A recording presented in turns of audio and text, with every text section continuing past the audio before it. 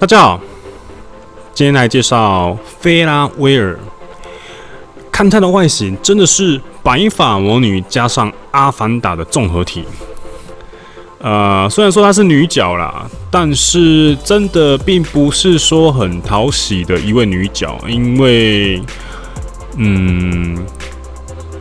并没有说前凸后翘啊。个人是对她真的蛮没有爱的啦。如果说她今天是那个类星体的造型的话，也许会比较好啊。但偏偏她是走星际义工队的一个外形，她在这个系列的外形真的让人家感觉还好而已，就只是很像有穿上衣服的起点。起点是谁哈？起点就是这一位。就只是把它实体化的，然后有穿上衣服的起点而已，所以它的外形，我真认真觉得还好啦。这大概是史诗任务中我最不喜欢的一位角色，个人也是觉得他还挺废的啦。但是每个角色都有他一个有用的地方，那他有用的地方到底在哪里？反正我们就慢慢的把它挖掘出来嘛。那一样，我是先介绍一下他的。应该是说我的菲拉威尔的数值哈，无视防御的话是 49.95%， 那冷却的话是弄到满了。那再来呢，剩下的部分呢，装备的部分的话，我一样是给它塞好4星侮辱。英雄类型一样是升级到了强化3，那同位数呢是芬诺克力量。特装我给它装备了领悟的 CTP 哦。既然会装上领悟的 CTP， 那一定有它的用处。没关系，我们后面再一一听我解释。那反正我就是给他装配领悟的 CVP 就对了啊。再来一样谈到他的技能部分啊，他的这个 T2 被动啊，对全宇宙英雄有用，就是只属于宇宙属性的工具人啊。那所有攻击力是加 30%， 他这个所有攻击力并不是说在战斗中会出现在你左上的状态栏，它是只要在队伍中，那么我们这个角色的攻击力就直接上去了。那还有一个就是技能的伤害增加 25%， 还有追加伤害增加 15%。再来是它 S1 的部分啊，有出血就是 GG， 因为出血真的是一个最烂的负面效果啦。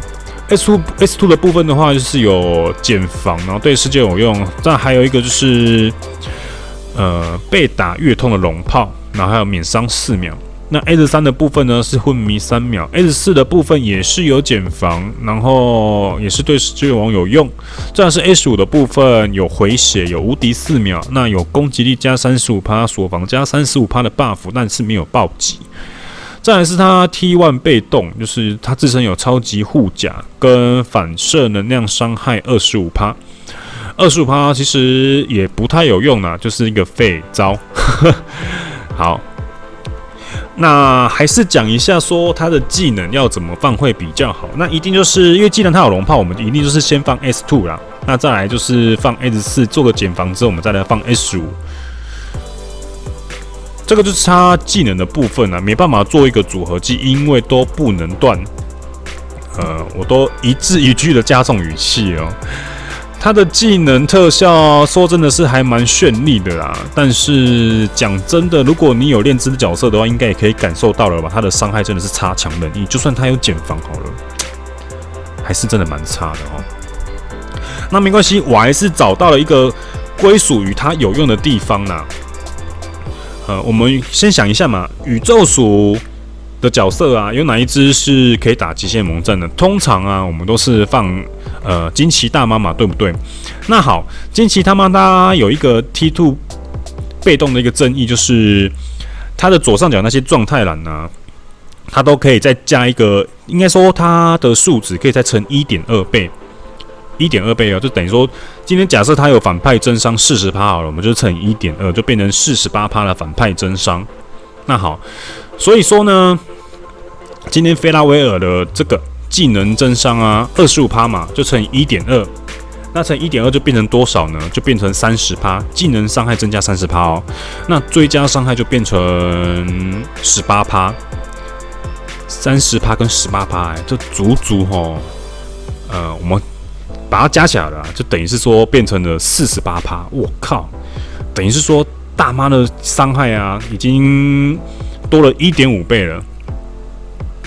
这算是蛮强悍的哦。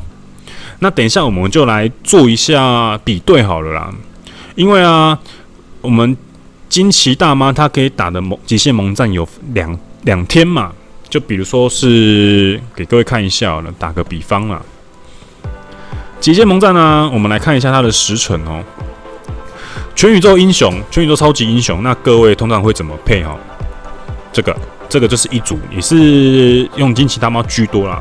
我知道也有大部分会用秦葛的，但秦葛的还是放在时间线会比较好一点。好，那这个是一组，那另外一组呢，就是女性的超级英雄，然后全宇宙的属性，就是这2周都各有一天可以放上惊奇大妈。那再来就是他的队员该怎么配哦？那我们也知道嘛，本次改版之后也多了一个宇宙属性的工具人，就是大猩猩。他呢也是有反派真伤，那他反派真伤的话是40%，那配上惊奇大妈的话，他的反派真伤就变成48%了。所以可能会有很多人会想问，那如果是这样子的话，会不会在超级英雄不限性别那一天呢，放那个谁去了？我想一下，熊忘记。就放惊奇大妈，然后恶灵黑豹跟大猩猩会不会比较好一点？我们就大概这样做一下比方好了。我们假设先放惊奇大妈嘛，对不对？然后再放一下恶灵黑豹，再放一下大猩猩好了。那我们看一下恶灵黑豹它的反派真的45%，那45%呢配上惊奇大妈的正义啊，就乘以 1.2 嘛，45乘以 1.2 是多少？我算一下，我心算不太好。45乘以 1.2 就是反派真伤54，再加上大猩猩的48%，等于说他反派真伤足足有102%。这个是其中一组。那如果说我今天不要放大猩猩，我放菲拉威尔的话，那它就是，比如说我们现在看一下嘛，我们的那个惊奇大妈的能攻是35694，那放上菲拉威尔之后，惊奇大妈的攻击会变多少？哎呦，突然找不到这个阿凡达在哪里？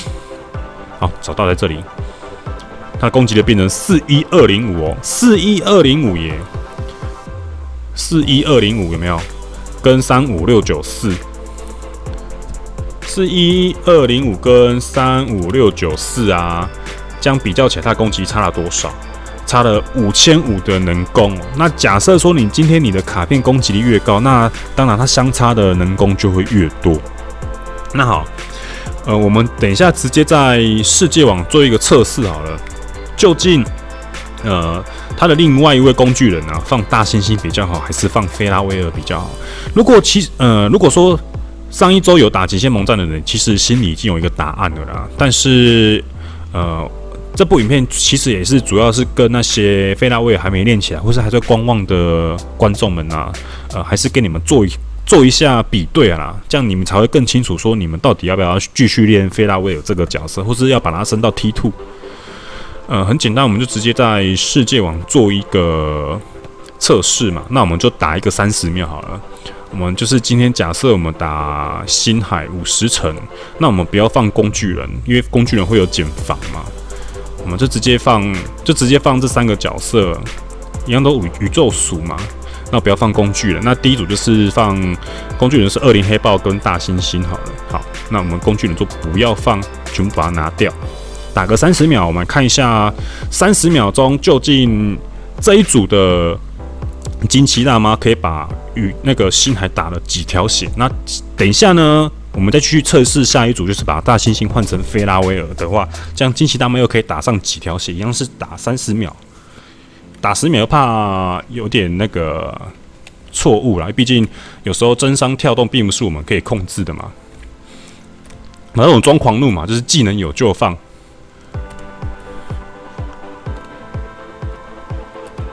这样测试比较起来，各位应该就是会更清楚一点了。究竟你该练的是菲拉威尔还是大猩猩？如果是对于极限盟战的部分呢？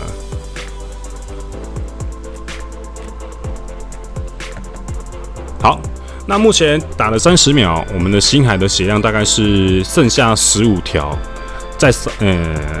应该说它现在的数字大概是这边，我们来记一下。好，那我们现在呢就把大猩猩给拿掉，我们换上菲拉维尔，这样各位就知道到底哪一个角色、哪一个配对啊比较适合你打极限盟战的。那另外一方面就是他跟惊奇队长组合起来，他也有一个队伍技啦。好，但可能也有人想说，那因为菲拉威尔是有放领悟 CDP 啊，但你领悟 CDP 放在菲拉威尔身上会比较划算啊，因为菲拉威尔她又是女性嘛，所以等于说她足是就是2周的极限盟战他都可以出场啊，那你大猩猩你不可能说你给他放领悟的 CTP 嘛？那你如果说你要把恶灵黑豹放领悟的 CTP 的话，那就有点浪费，因为宇宙恶灵黑豹，因为应该说这样子的话，你的宇宙恶灵黑豹跟大猩猩你只能出现1场的极限盟战，但你那放给菲拉瑞尔的话，等于说他2周的极限盟战，比如说女性宇宙英雄跟宇宙英雄，他都可以出场。总不能说叫我把领悟 CDP 拔掉吧，我就不要啦，因为真的是有测试过才会觉得说放在他身上是最好的啊。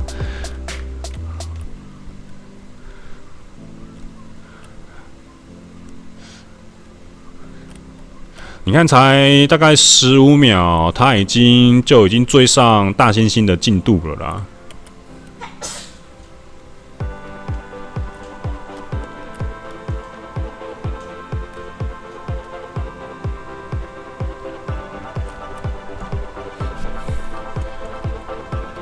我们就拿来看一下哦，你看这个像我刚刚讲的，他的技能增伤啊，30%跟18%。那这个是那个恶灵黑豹的反派增伤啊。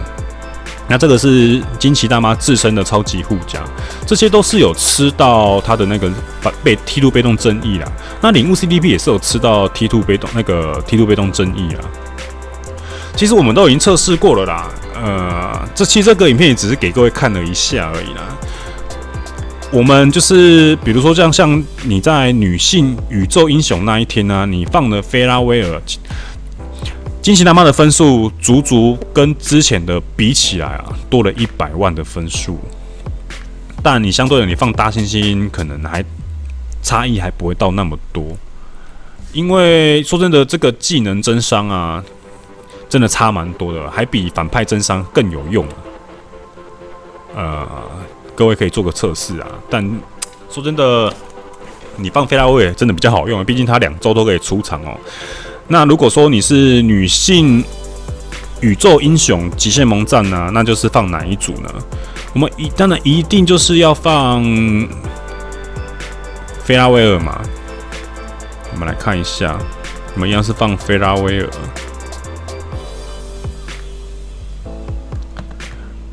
那另外一位一定就是放那个美杜莎，因为美杜莎的锁攻是加42%，你不可能说你再继续放起点的啦，那就是把起点的位置换成菲拉威尔这样子而已啊。有没有？等于说他2周都可以做出场，所以领悟 CDP 装给他是刚好而已。那剩下的我就不讲了啦，因为说真的，你装领悟 CDP， 我真的有测试过了齁。像我们昨天的影片啊，大猩猩可以打乱那个隐喻。好了，算了，我还是放一下好了。那可能会有人想说，我菲拉威尔打的关卡并不是那种3种类型的属性，就比如说近战速度跟爆破，所以它的英雄类型强化并没有吃到那些增伤。但是我的菲拉威尔是强化3，它的增伤是12.5%，但是菲拉威尔多了大猩猩的1颗领悟 CTP 哦，所以领悟 CTP 是英雄反派20%的伤害，再加上说我还把菲拉威尔给放了一个眼镜妹当队长，眼镜妹的队长是锁攻36%，这样比较起来，说真的，菲拉威尔的条件应该说它的配置条件还比大猩猩好了一点，因为大猩猩只有他自身队长，然后能攻30%而已，但是。讲这各位看一下这个秒数，真的是打得要死要活。如果今天我是没有放眼镜妹当队长的话，我是真的打到时间结束确实啦，我让他装真伤特装的话，表现一定会比较好一点啊。但是各位想嘛，因为现在的极限盟战呢，我们每打到一个分数的门槛，就会多一个奖励。那我们何不就是让领悟 CTP 装在他身上，好好让菲拉威尔在极限盟战做一个好的工具人，做一个发挥呢？啊，如果你没领悟 CTP 也没关系啊，你一样就是把它摆工具人就对了嘛。所以我的封面才会那么明确的说明了，它是宇宙最强工具人，就是宇宙属性最强的工具人啊，刚好跟惊奇大妈作为一个搭配啦。所以我们不要说它雷，因为官方也很明确知道了嘛。你看嘛，先行版它的那个 T2 被动锁攻是加 25%， 那为什么到正式版会变 30% 呢？因为官方大概也很清楚知道它就是没有卖点，所以它的卖点就是在它的 T2 被动而已。它的外形，抱歉，我真的不喜欢。那唯一比较值得赞赏就是它的技能特效做的还蛮绚丽的啦。那伤害跟保命呢，真的是不 OK。那如果说你真的没有盟战需求的话，你就不要把它删到 T2 的，就史诗任务解完就把它放着就好了。它真的大概是，如果论它自身来说的话啦，应该是这几个史诗任务中，泛用性是最差的啦。那以上就是菲拉威尔的评价及解析，那就谢谢各位收看。喜欢影片记得订阅及点击小铃铛。我是小健华导，我们下部影片见，拜拜。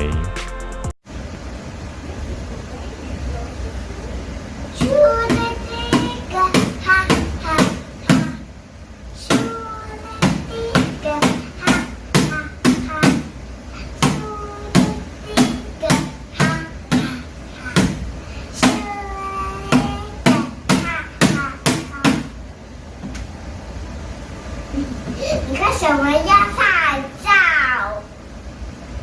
爸爸，你干什么要拍照？拍你唱歌啊！你要不要再唱一次？